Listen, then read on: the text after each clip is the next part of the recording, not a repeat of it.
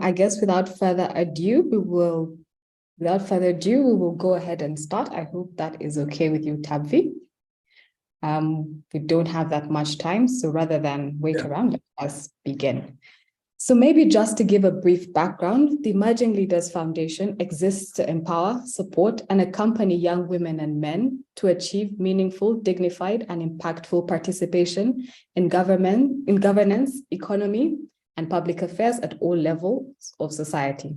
So today for our matching service, we're pleased to have Tabvi Motsi, who is joining us for this session to provide valuable insights and strategies that will allow for us to craft compelling brand narratives that resonate with our different audiences and drive meaningful engagement. So we all like to think that people judge us carefully and objectively based on the merits of our work.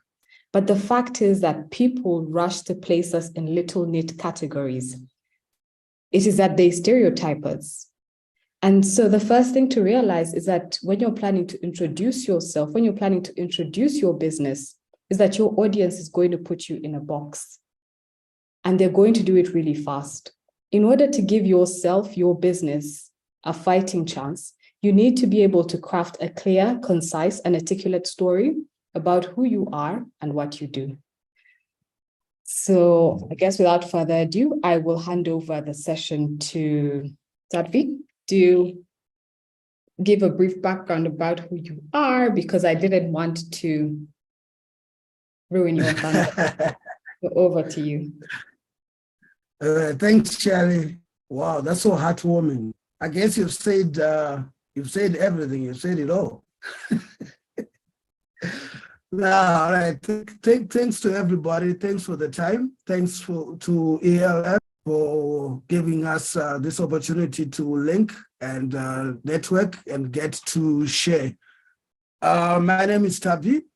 A lot of my friends call me Mello, so I'm sure after this we'll all be friends, so you can call me Mello. I'm a brand strategist. I'm currently the brand director for Jibu, which is a social enterprise based in Africa, in 8 countries at the moment and growing.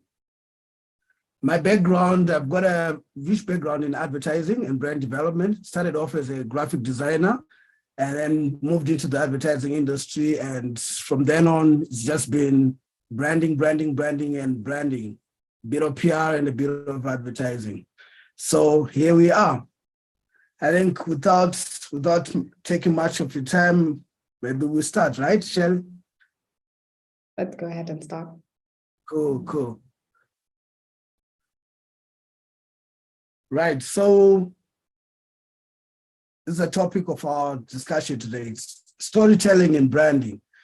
I think to make it easier to understand, we're gonna have, I think maybe somebody has to mute. All right, we're gonna start with a little story. I like to call it, just tell me a story. It's there's no right or wrong. It's just to warm up the room, just so that we get to relax a little bit. Feel free to send little fun emojis. Shelley, can you help me maybe select 5 people?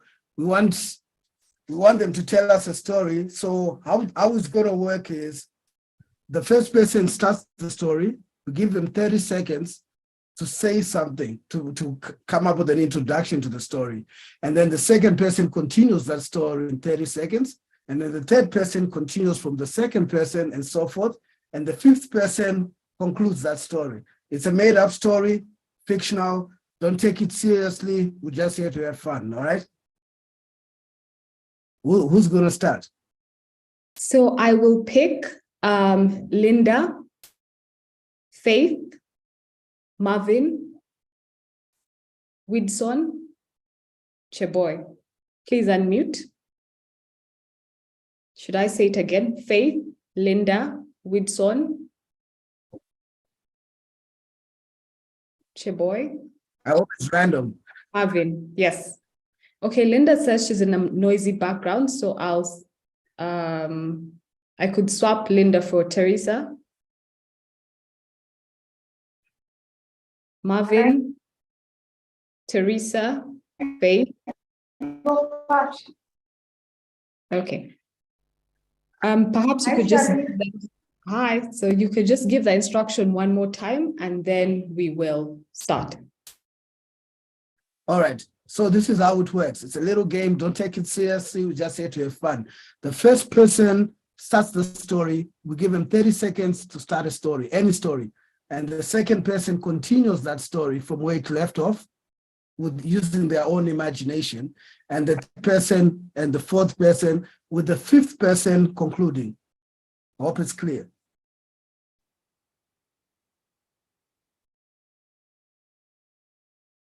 So who's Okay, starting? so, Start. okay, perfect. Yeah. Perfect. Once upon a time, there lived a beautiful young.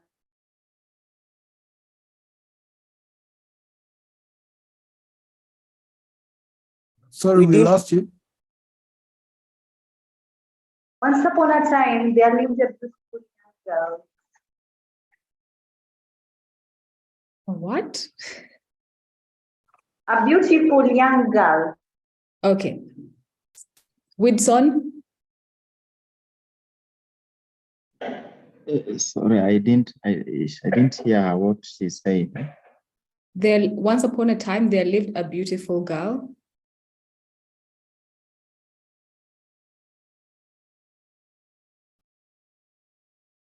Marvin, you can go.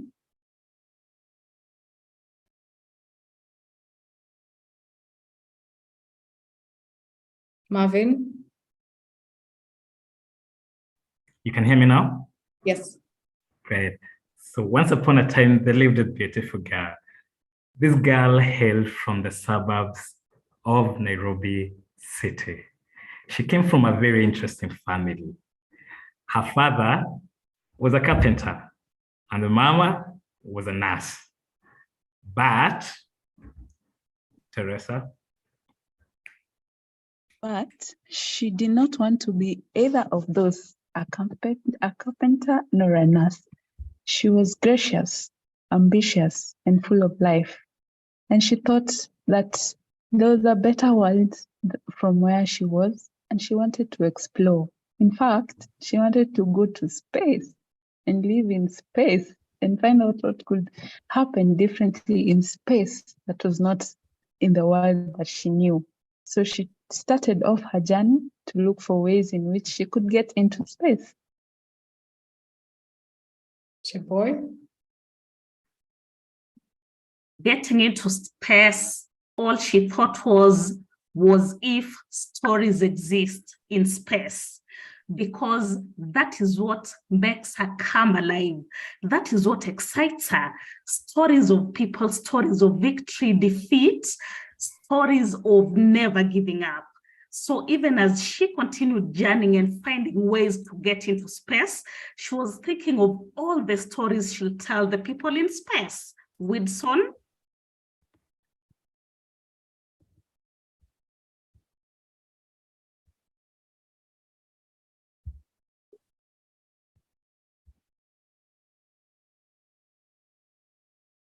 But none of them came to reality because as she continued to grow up, unfortunately, she developed a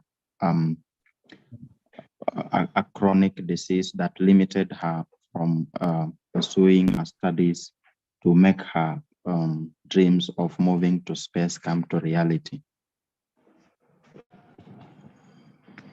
I would call it an end.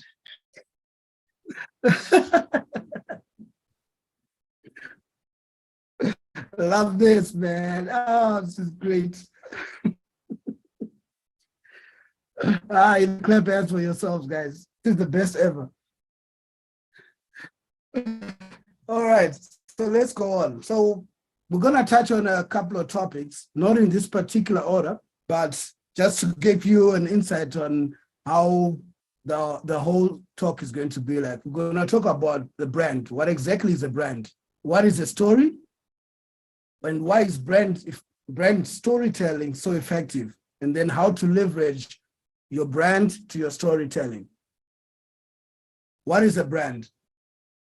When I was growing up, from college days, this is all I had whenever I would speak to my lecturers or anybody else in the industry or fellow seniors that are already working in marketing and branding, they all tell me the same thing. It's a name, it's a symbol, it's a marker, it's the logo, it's your business profile, anything that distinguishes yourself from your competitors to give you a public identity. Then as I started working over the years, you know, from the first 5 years to the 10 years and so forth, I started getting more and more insight and speaking to more mentors. Something else came up. I was told that this old information is false. Welcome to the matrix, ladies and gentlemen. How can this be false? This is all I've known over the years, and this is all the world even knows. But the world is evolving, and the world is now come to understand how sometimes some of the old ways of doing things were not exactly right. It's something that we had read in books, and we just took it as the Holy Grail. A brand is bigger than that. A brand is the perception or gut feeling about a product, a service, a person, or an organization. How can that be? That really got me thinking. And the more I read, the more I interacted with my clients and even their customers and how they made their sales, how successful they became, how unsuccessful they became. This became even more and more true, that a brand is something that lives in our consumers' minds and hearts, feeling the gut feeling that they have about you, how they feel about you when you're not there. You know, what does it mean then? It means the power is shifted from the products or the organization or us as personal brands to the audience. The audience is the one that dictates, and the audience is the one that tells us what the brand is. Whether we are a creative brand, an aggressive brand, a shoe brand, a social enterprise, whatever it is, it's how the audience feels about us. Whether we're a lying brand or we're a leadership brand. If you're a leader or somebody in government or a president, how people feel about you is exactly who you are. If you are Beyonce, if you are Michael Jackson, it's not the logo with a tick or 3 stripes and so forth. Because if you had to think of Obama, you don't even know what the logo looks like for Obama, but he's a brand. Same with Oprah. Same with even some of our presidents. Even some of the phones that we even use, some of us don't even know what the logo looks like, but how that phone makes you feel or how that organization that owns the phone makes you feel is what then grabs you and wants you to be part of the inner circle of that brand.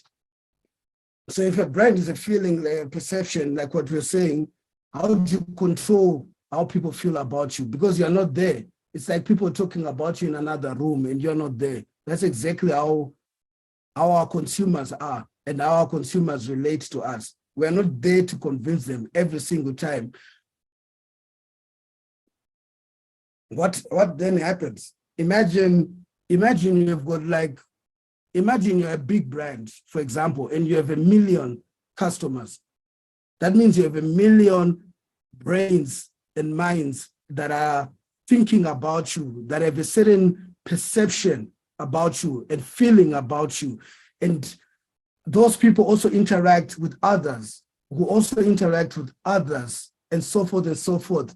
So for you to then have that control and for you to then have that consistency of your brand, we then go back to the next point. We need a story. And what is the story? The story is the narrative, right, of who you are, whether it's an organization, a person, or product.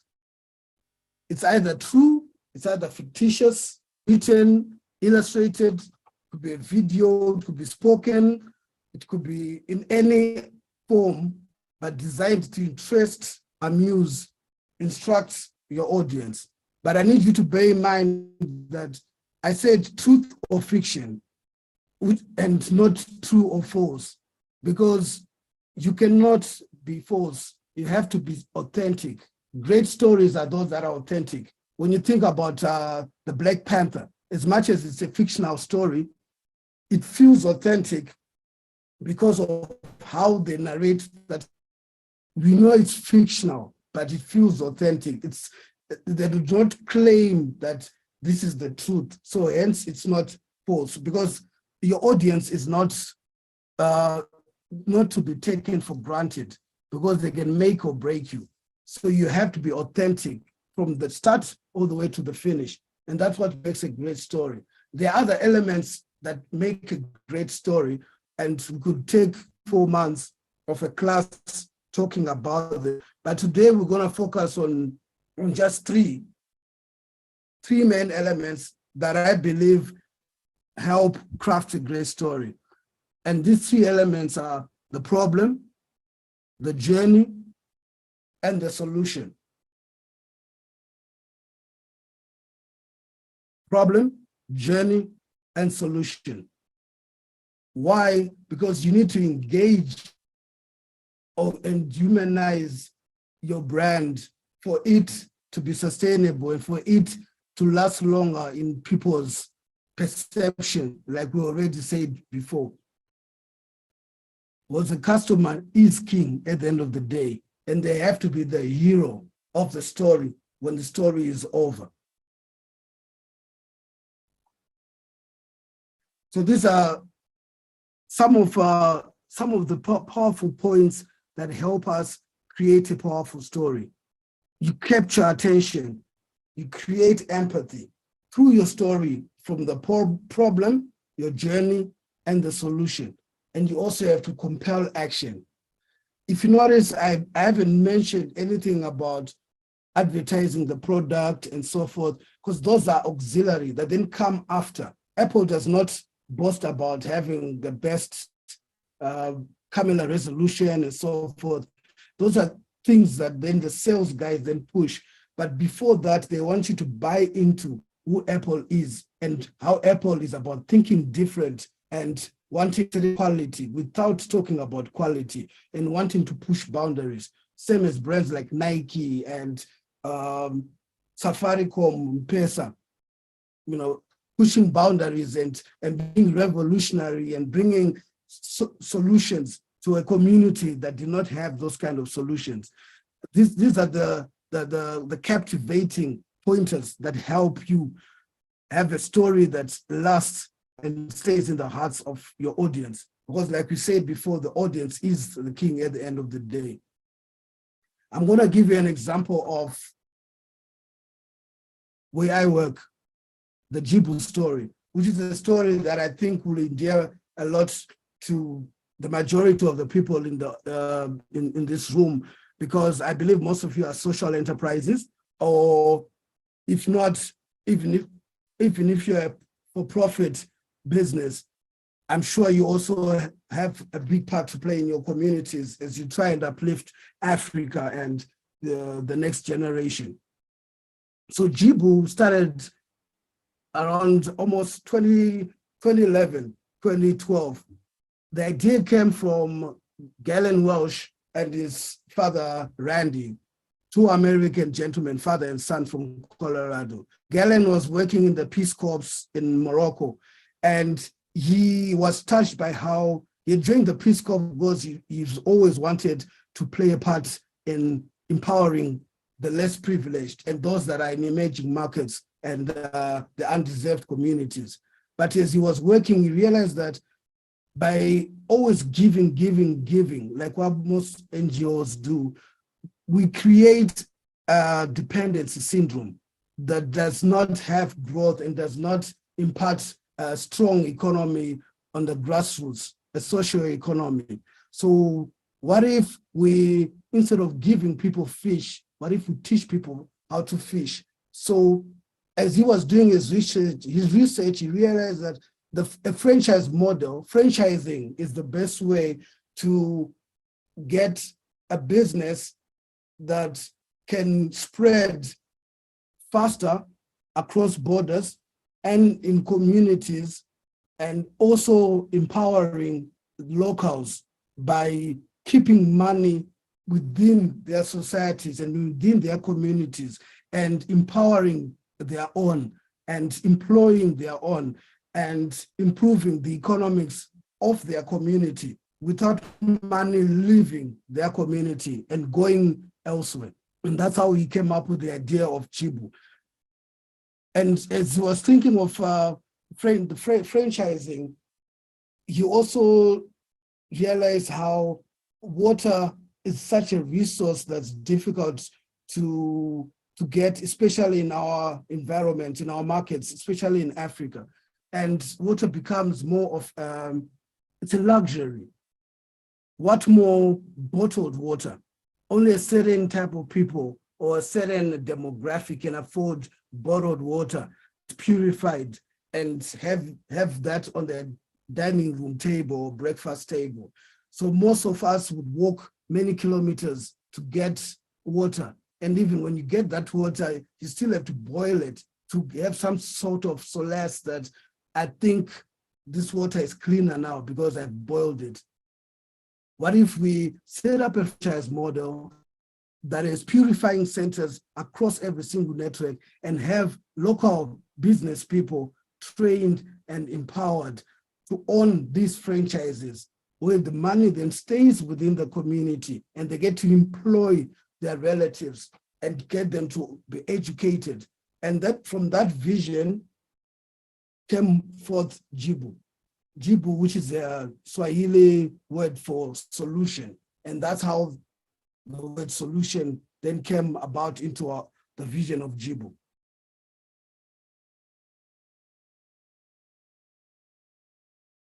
So I did a little funny illustration for him because his birthday was last week. So we're just messing around at the office. So him and his dad then co-founded this business, and from the problem, like I already said, there's three elements. The problem was lack of access to clean drinking water in emerging and underserved communities across Africa, unemployment and lack of business skills. Because someone would want to have a business that's sustainable, but they do not have the skills. Who's going to give them those skills? Who's going to help them out? Most of these business people that are taking care of their families are women. How do we empower women? And then as you take me through the journey became that of empowering local entrepreneurs to establish their own water filtration businesses. Because you get a franchise, you're equipped with the equipment, you're equipped with the business skills, you're equipped with loans, you're equipped with a support structure from experienced consultants, so that you're able to be more determined to beat all your challenges and to have the positive social impact that you've always wanted for your community. Solution, there's sustainable clean water solutions. There's LPG gas as a product. There's fortified porridge as a product. Who knows what else could come in the future? It might be soap, it might be solar systems and so forth. But all these products are not the vision. All these products are not the story. All these products become elements and they help ignite the story into reality. And it's easier to then sell these products so as to empower these people, which then supports the vision. I'm going to show you a little video that was done about 3 years ago. And I hope that then helps to sell the Jibu story.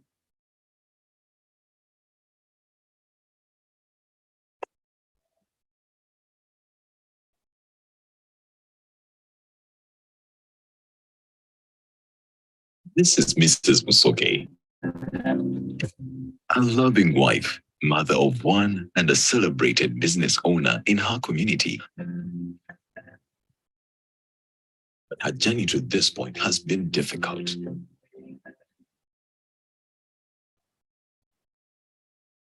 Mrs. Musoke has always been a hard worker with big aspirations. Her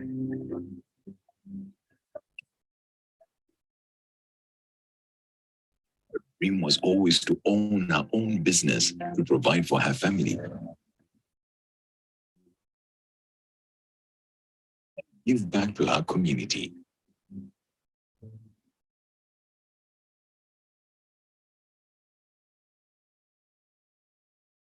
Meaningful business ownership opportunities were very limited.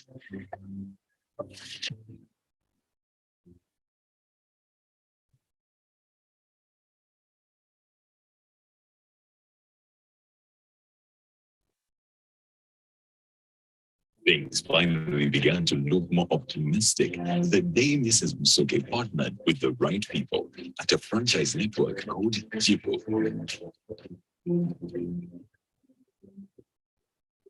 That's the day our opportunity began to transform. Jipo provided her with financing, equipment, and training to be able to own her own franchise, purifying and selling affordable, refillable drinking water and cooking gas in our community. And soon that transformation began to improve the wellness of our family, our community, and the environment. Mrs. Musoke's dreams are coming true through her partnership with Jipo. Because now she is transforming the opportunity to thrive for everyone around her.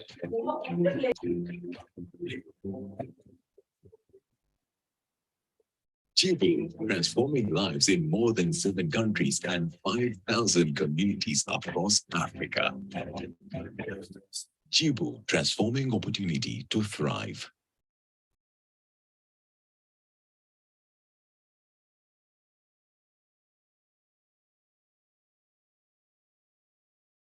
All right.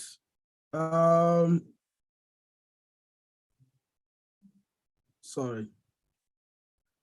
So before we turn to the questions and answer section, if you notice how this story is being told, it makes the brand more than the products. It gets into the community, it gets into the audience and gets the audience to align and feel a certain ownership of what the brand is about. So if I'm to, when I buy the water, I'm not buying it. Yes, it tastes good. Yes, I want to be hydrated, but I have a feeling that I'm investing in my community, which is what the vision is all about. If you notice, when I started talking about how Galen and Randy came up with this in 2011, 2012, it's about the community. So now when I buy the porridge, I feel I'm empowering my community. I'm serving a fellow citizen of my community, but at the same time, I'm also getting a good product that's healthy and good for my family's well-being. Lots of feelings can then come from being associated with this brand, but these feelings are now feelings that have been controlled by how you then put out your story out there into the market. You control that narrative so that the community or the audience is not the one that then tells the story for you. You tell your story and then you engage them. And then after that, from then on, they tell the story for you in the way that you would want. So I think, Shirley, maybe we could go to question and answer. And then after that, I'll give another example from one of my favorite videos, from even my daughter's favorite video from Nike.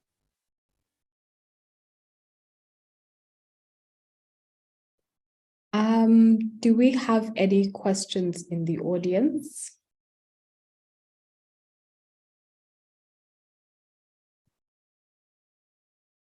Anybody, you could just type it out or just put up your hand. Okay, I see one hand up. Please unmute and ask. Chiboy. Thank you so much, Shali.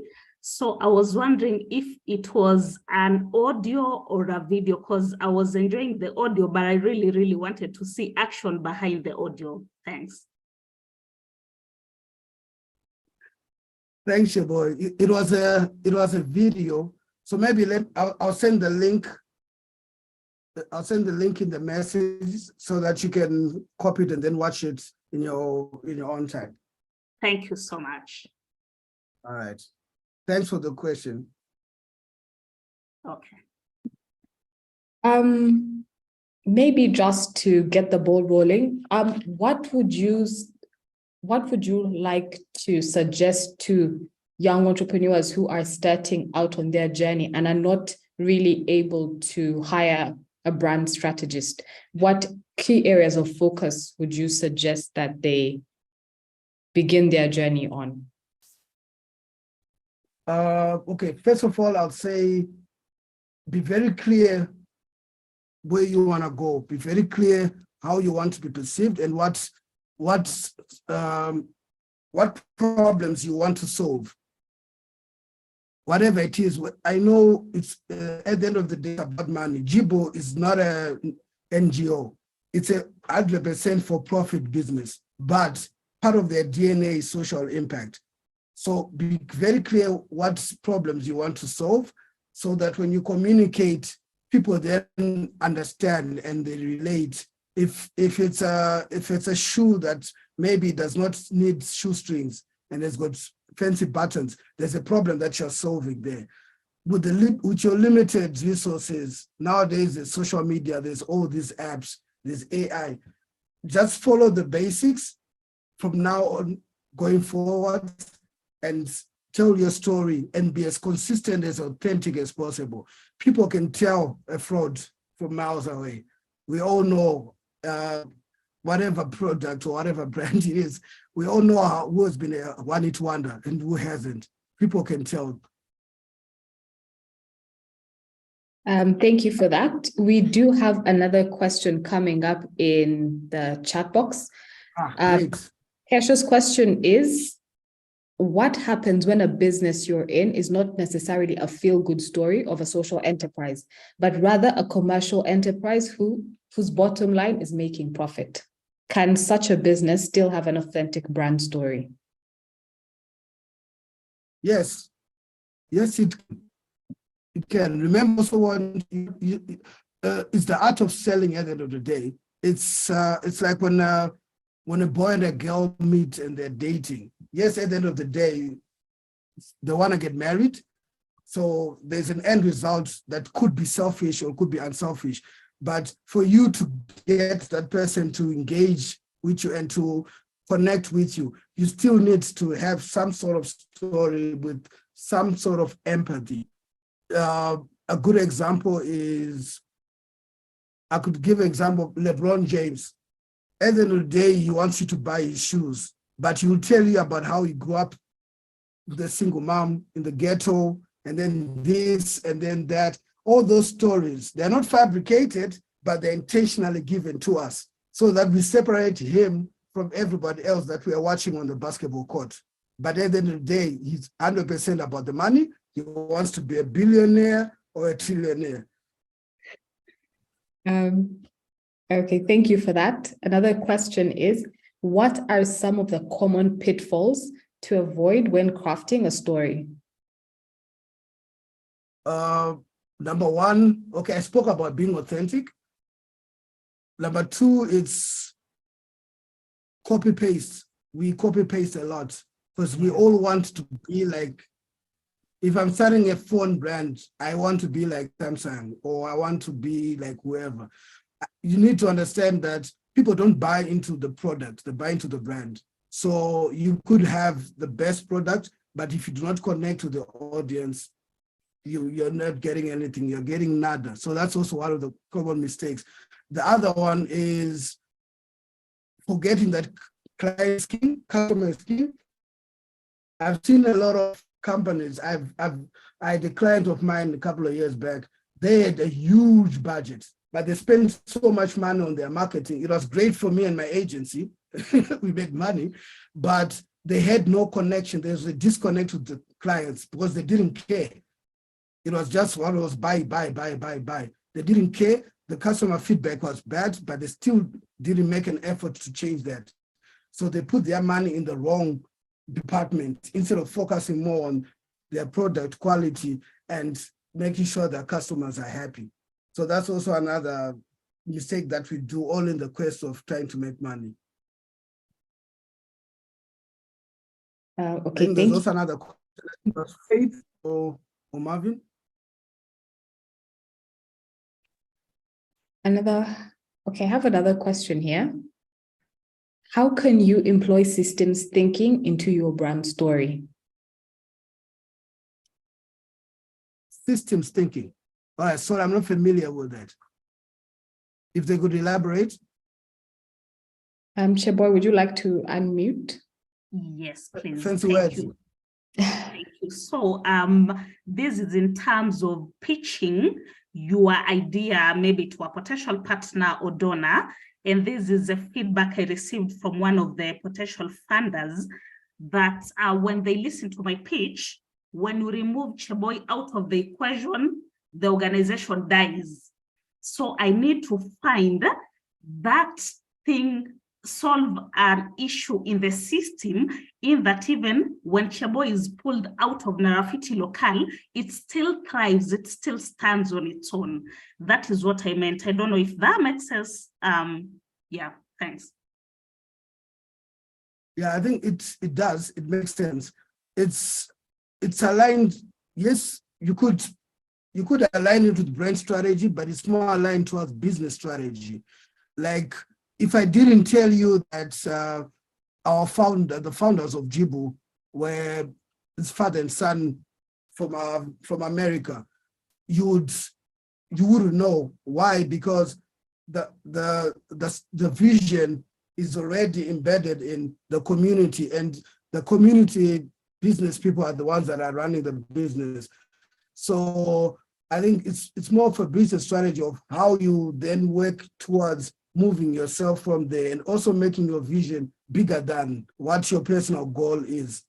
It has to be bigger so that it's not just your boy. Unfortunately, when you're starting out, it's difficult to separate the two.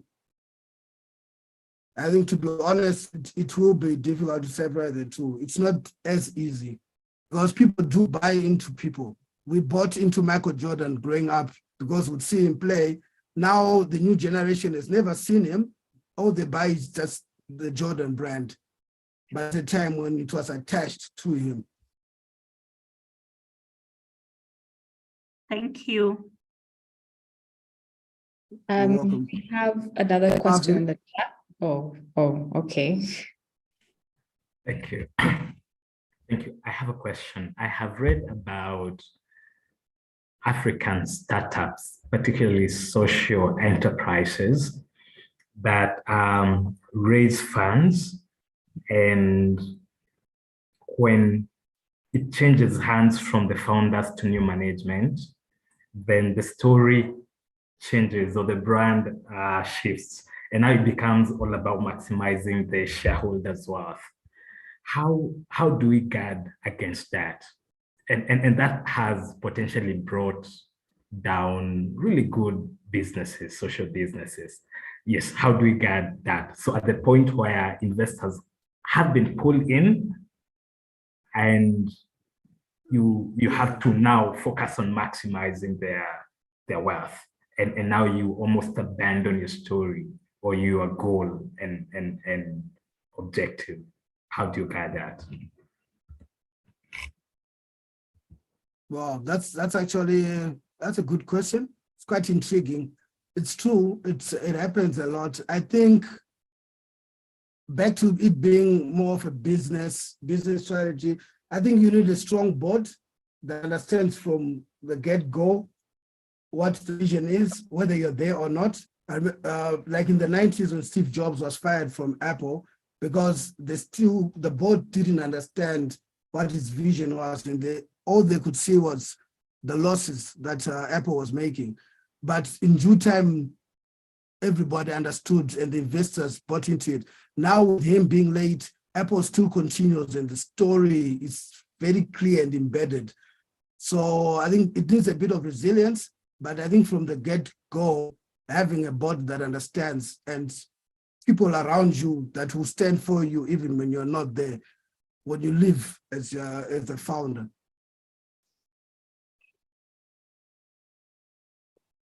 Thank you for that. We have another question. How can individuals with limited storytelling experience or confidence improve their storytelling skills? Practice, practice, practice. That's it, just practice. Tell your story to everybody, ask people what they think. Is it working, is it not working?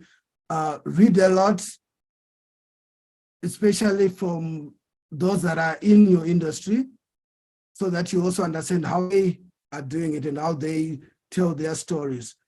I love watching movies. I watch everything. I listen to a lot of music. I read comics, and so you just have to practice. There's no perfect answer to it, but just practice and to tell it your way and the story your, and eventually it becomes your nature and part of you. Okay, you're really popular today. Can you provide any guidance on measuring the impact or success of your storytelling initiatives? Wow. ROI, that's always the hardest.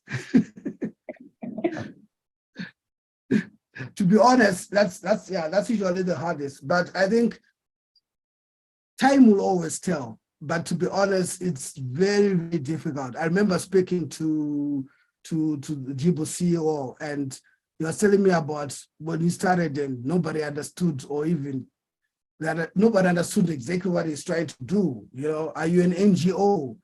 But why are you doing this? Why can't you do it elsewhere?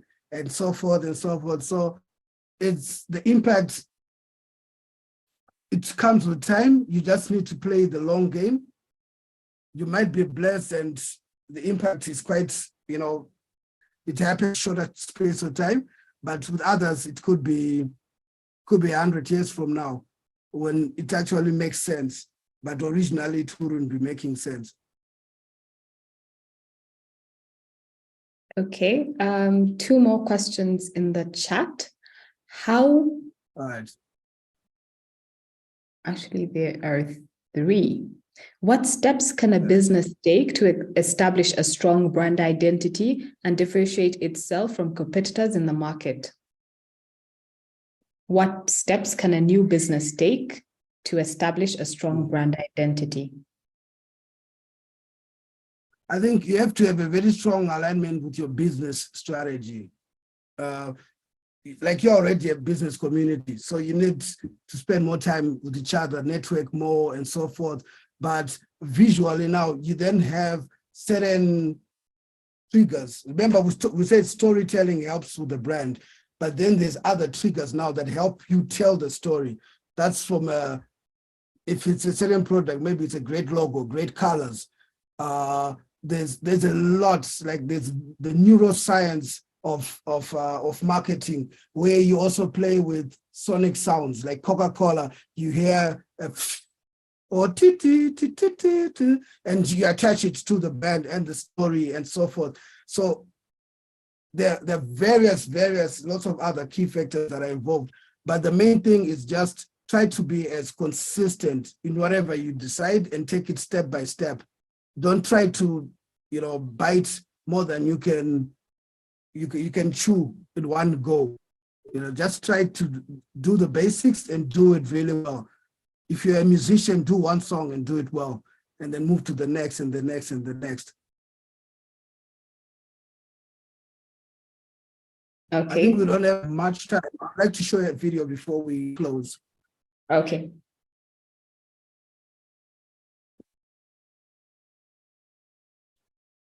So maybe, I don't know, 2 more questions or 1? How long is the video? It's 3 minutes. Okay, we can go ahead with the video. What we can do is we can try to arrange for a more exhaustive discussion or Twitter space, perhaps next month. Oh, that would be good. That would be great. Yeah, I'm also available on social media and yeah, very open. You can also get in touch with Shirley in the Emerging Leadership Foundation. I'll be very, very, very open.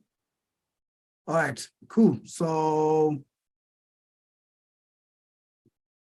where's my video? Let's play this. This is my daughter's favorite advert. I hope it plays. If we show emotion, we're called dramatic. If we want to play against men, we're knights. And if we dream of equal opportunity, delusional. We stand for something, we're unhinged. When we're too good, there's something wrong with us. And if we get angry, we're hysterical or rational or just being crazy. But a woman running a marathon was crazy. Officials tried to pull her off course. A woman boxing was crazy. A woman dunking, crazy. Coaching an NBA team, crazy. A woman changing her sport, landing a double court 1080, or winning 23 Grand Slams, having a baby, and then coming back for more. Crazy, crazy, crazy, crazy, and crazy. So if they want to call you crazy, fine. Show them what crazy can do.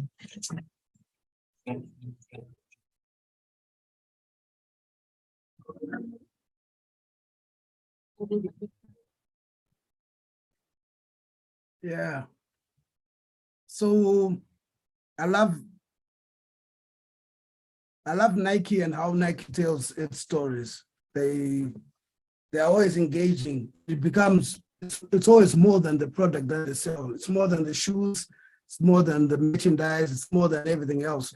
You buy into the Nike culture, and we all know clothes are just clothes. Leather is leather. A shoe is a shoe. You could argue all you want from here to there, but they make sure that the audience buys into their culture and their vision, and about making everybody a hero and everybody feel an athlete, even if you're just taking a walk to buy the newspaper at the corner store. And that's what they're about. And so as we go and we tell our stories, let's think about that. Do you want to have your markets for a short space of time, or you want it to be a long game? If it's going to be a long game, then have them engaged, have them feel a part of you, and walk with them through that journey, and let them be your spokespeople. Thank you. Thank you for that. I guess it also sort of talks a little bit into what Cheboy asked earlier. How do you separate your brand from yourself as a founder? While Phil Knight founded Nike, we haven't heard his story. It's now different people's story that's being brought out. So it's almost time for us to wind up, and I'm a very staunch believer in keeping time. So thank you, Tabby, for taking the time to talk to us and share these critical insights on how we can build better stories in order to be able to promote our brands and our social enterprises. I would like to hand over to Marvin to sign us out. And yeah, we look forward to seeing you all next week. We will be sharing the PowerPoint and the video recording and a little bit of talking points from Tabby to help the conversation going forward. Marvin, over to you. Thank you so much, Shirley. I'm sure we can all afford digital claps to Tabby. We know where the emoticons are. Just clap. That was a really, really good presentation. It was illuminating. And I like what you've shared as part of your closeout, that we actually don't need to tell even our own stories. We can tell other people's stories. And I love what you said, that stories need to be authentic. They need to be, brands need to live. That's a task for every last one of us. So thank you, ladies and gentlemen. Own your power, own your stories. Nobody, don't give that to someone else. Tell your stories. You know the pain points of the business. You know why you started what you were doing.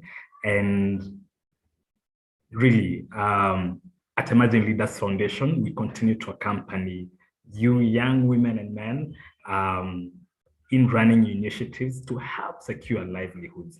And I'm sure we can make Africa a better place. So thank you so much for finding time to tune in today. As Shirley mentioned, we're very time conscious. Thank you. Enjoy your evening. I'm sure we should be sharing the videos and the slides from Tavi, and be on the checkout, be on the lookout. We have so much more lined up for you. And every other time we come to you, please show up, because we have so much lined up for all of us. Thank you. God bless you. Have a good evening wherever you are, and see you next time. Bye-bye. Bye. Thanks, Marvin. Bye. Thank you, everybody, for coming. Thank you for tuning in. God Thank you. Thank you. Bye-bye. Bye-bye.